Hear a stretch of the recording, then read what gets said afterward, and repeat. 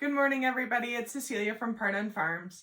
This morning, I am working on starting sweet potato slips, and I thought that it would be a great thing to share with you today.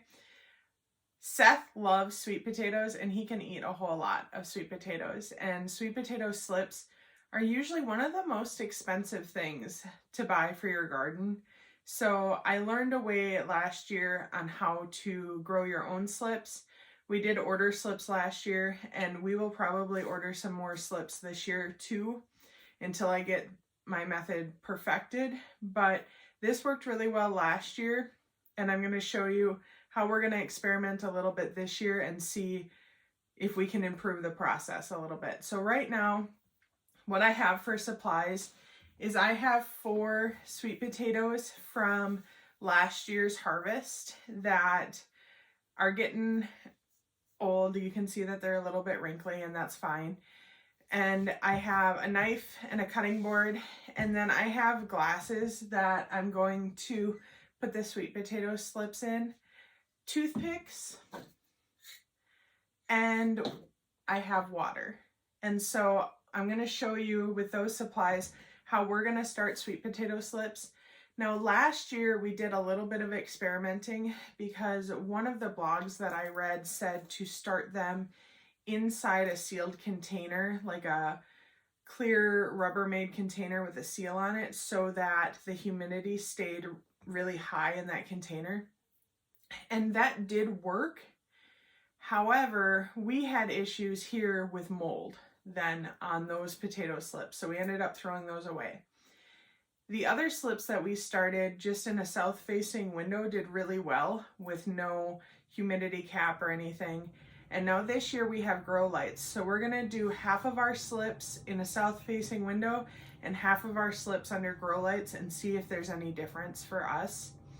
Because like I said, last year it worked really great in the south-facing window without any humidity cap. And grow light space, as most of you know, is very limited.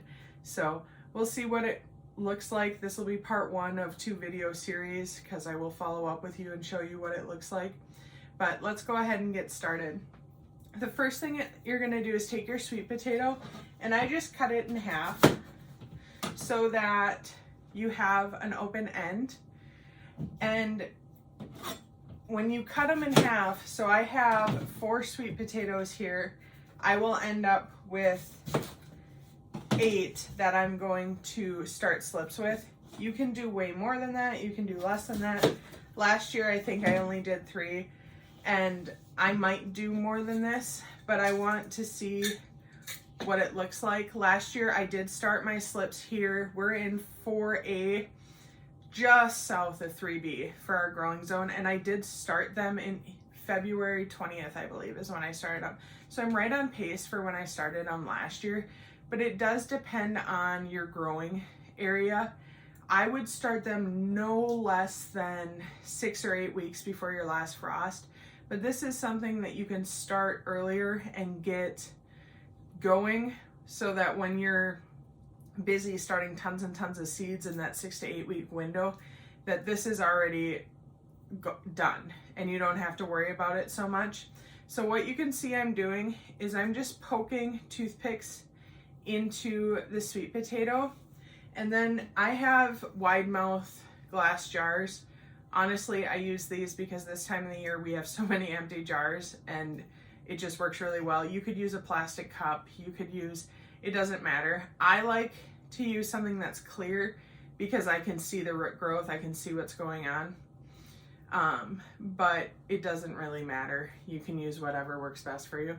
So you're just gonna put your potato, not tomato, potato, in the jar so that it's hanging down. And then you pour water in so that the water comes up to a little over the bottom of the potato, the sweet potato, just like that. Now, this is not the same way that you would get potatoes to grow. You can do sweet potato slips in the ground, but I have had very little success with that, and I have a lot higher success rate with this.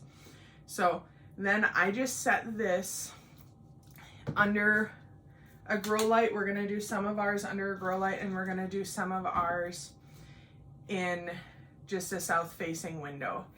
And I really do think that last year that worked really well. So unless there's like a massive difference under the grow light, we probably will not waste grow light space. But right now, because there's not a whole lot of seeds that we're starting in 4A, 3B, because we're so far from our frost date, I do have the space to just try it under the grow light and see what happens. And that's part of the fun of gardening, is you just have that opportunity to try new things and see what happens. So that's what I would encourage you to do. Like I said, this is super easy. I will follow up. You should start to see some starts growing in a couple of weeks here.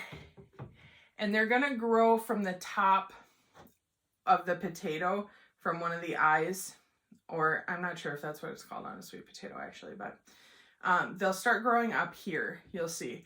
And when they get, I would say 5 or 6 inches long, then I'm gonna break them off and put them into another cup, and I'll show you how to do that in a second video once we have some starts that look like that. I toyed with the idea of starting some super early so that I could show you, but I didn't want to not do this video and show you when it's kind of too late for a lot of you to be able to start your own slips. So we're just gonna do it in a couple parts because we're not professionals and we're just trying to share what we know. So that's it. You just fill them up like that, and this goes somewhere that it gets a lot of sunlight, and make sure it's an area that's warm. Sweet potatoes are used to warm, humid climates. So for example, in my office, which is also our grow space for the moment, I have a humidifier running. So there will be a couple factors that might be a tad different in our south-facing window than in the grow room with the humidifier running. But really, like I said, last year it worked really well in the south-facing window. So that's all I have for you today. I know it's a short video, but it's because this is just a really easy thing to do. If you have any questions, feel free to drop them below in the comments. This is something that I do with my kids. I let them stick the toothpicks in. They're really good at it. I let them pour the water in. It's a good way to get your kids involved because the spacing doesn't have to be perfect. The depth doesn't have to be perfect. And the input is way lower than if you were buying slips. So have a great day and keep growing.